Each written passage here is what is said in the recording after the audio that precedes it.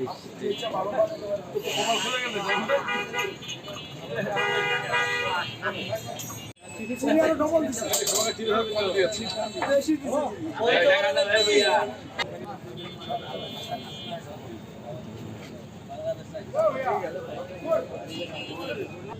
এটা পূর্বেও আমাদের জায়গা থেকে আমাদের সদস্য সচিব বলেছেন, আমরা বলেছি আমাদের জায়গা থেকে যে যদি যে দৃশ্যমান বিচারিক প্রক্রিয়া, এই বিচারিক প্রক্রিয়াটি আমরা দেখতে পাই, মৌলিক সংস্কারগুলো আমাদের সামনে দৃশ্যমান হয় এবং নির্বাচনকালীন কিছু সংস্কার প্রয়োজন রয়েছে বিচার বিভাগের, আইন শৃঙ্খলা রক্ষাকারী বাহিনীর, নির্বাচন কমিশনের, এগুলো সম্পন্ন হলে এপ্রিলে নির্বাচন নিয়ে আমাদের কোনো দ্বিমত নেই।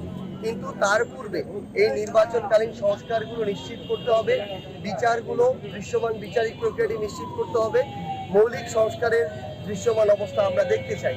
এবং সবচেয়ে গুরুত্বপূর্ণ হচ্ছে বাংলাদেশের রাজনীতিতে আমরা সবসময় দেখে এসেছি যে নির্বাচনকালীন সময় ক্ষমতার অপব্যবহার করা হয়, কালো টাকার পেশি শক্তির অপব্যবহার করা হয়।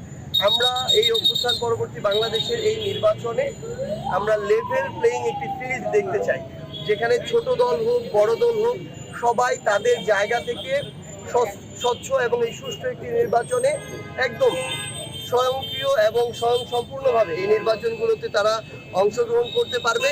এবং তারা যারা তুলনামূলক এখানে বিভিন্ন ধরনের সবার পেশি শক্তির কথাই বলি আর অন্য যাই বলুন না কেন, রাজনৈতিক শক্তি সাংগঠনিক শক্তি সমান নয়, কেউ যেন কারো দ্বারা এখানে ক্ষমতার অপব্যবহারের শিকার না হয়।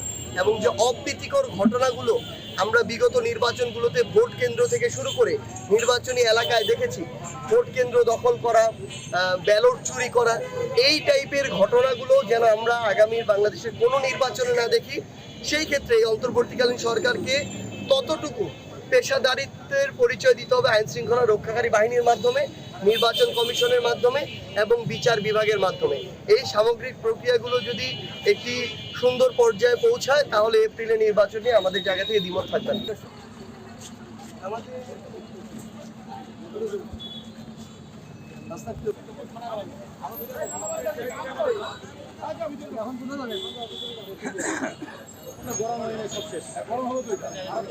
গরম হয়ে গেছে।